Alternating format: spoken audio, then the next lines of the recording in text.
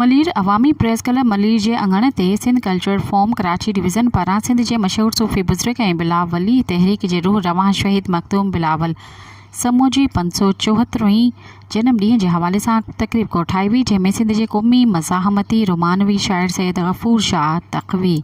Sindh culture forum जे बानी chairman सादिक लाखो, senior सहाफ़ी सामी मेमण, सीनियर अदीब मुनीर मेमण, सिंध कल्चर फोरम जे वाइस चेयरमैन मोहम्मद शरीफ जाकरो, सिंध तरक्की पसंद पार्टी जे अॻवान साहिब ॾिनो समूह, अवामी तहरीक जे अॻवान अमर मक्सी, फारूक बंगवार, इनायत शाह ऐं ॿियनि ख़िताब कयो। हुननि चयो त जॾहिं अरगून साम्राज्य जे क़ौमी ख़ुदमुख्तियारी ते राताहू हणी सिंध खे मुकमल तौर ते ग़ुलामी जी ज़ंजीरुनि में जकड़े छॾियो त ठठे समेत सिंध जे केतिरनि ई इलाइक़नि में नंगी जारियत शुरू कई त मखदूम बिलावल शहीद बिलावली तहरीक जोड़े मुंतशिर थियल सिंधी लश्कर क़ौमी सूरमनि खे गॾु करण सां गॾोगॾु पंहिंजी वतन अला तालुक़ बणियल माण्हुनि खे पंहिंजी धरती सां नातो जोड़ण ऐं अरगून साम्राज्य सां मुहाॾो अटकाईंदड़ सूरमनि जो साथ ॾिनो